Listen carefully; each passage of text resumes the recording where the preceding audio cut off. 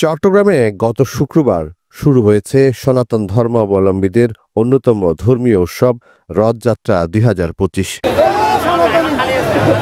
ঐতিহ্যবাহী এই উৎসবকে ঘিরে নগরের জগন্নাথ মন্দির এলাকা পরিণত হয়েছে উৎসবের নগরীতে। প্রতিবারের মতো এবারও জগন্নাথ দেব, বলরাম ও সুভদ্রার রথ টানতে সকাল থেকে হাজার হাজার ভক্ত অনুসারী ভিড় করেন জগন্নাথ মন্দির প্রাঙ্গণে।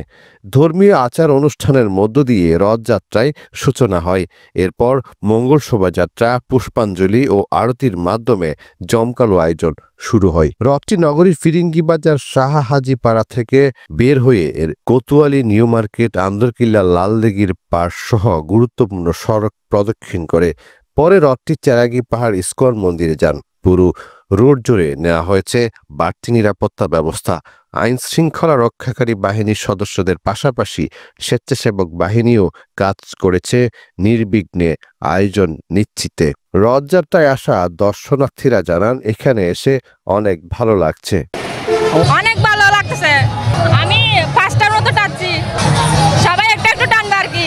রথ তো যাচ্ছেই। আমি হাজিপাড়া থেকে আসছি।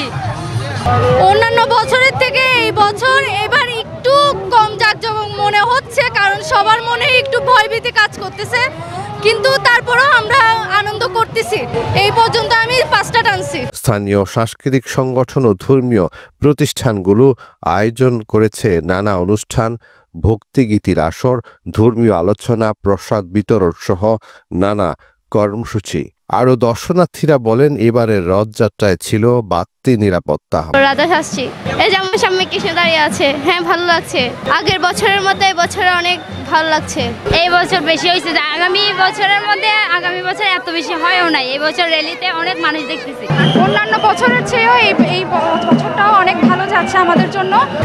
প্রতি বছরের তুলনায় আমার এই বছরের রথযাত্রাটা একটু বেশি ভালো লাগতেছে এবং আমি এ পর্যন্ত 10 থেকে 12টা রথ দর্শন করতে পেরেছি। এটা আমার অনেক সৌভাগ্যের বিষয়।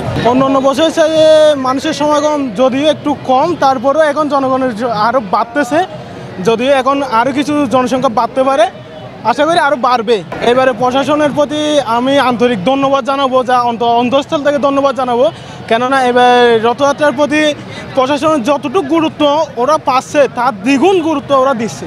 জয় জগন্নাথ, হরে কৃষ্ণ। এখানে আমি কক্সবাজার থেকে আসছি। এটা আমার মামার বাসা। এখানে এসে আমার অনেক অনুভূতিটা অনেক ভালো লাগতেছে।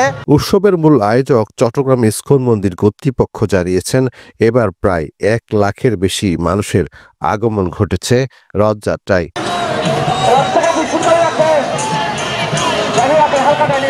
রথযাত্রা উপলক্ষে শহরের বিভিন্ন জায়গায় আলোকসজ্জা, বর্ণিল সাজসজ্জায় সেজে উঠেছে নগরী। ধর্মবর্ণ নির্বিশেষে মানুষ মিলিত হয়েছে এই শুভ দিনে। রথযাত্রা চলবে 9 দিন ব্যাপী। এরপর 9ম দিনে অনুষ্ঠিত হবে উল্টো রথযাত্রা, যেখান থেকে দেবতাকে ফিরিয়ে আনা হবে মূল মন্দিরে। চট্টগ্রাম থেকে হৃদয় সর্দারের পাঠানো তথ্য ভিডিও চিত্রে নিউজ ডেস্ক, প্রতিদিনের কাগজ, চট্টগ্রাম।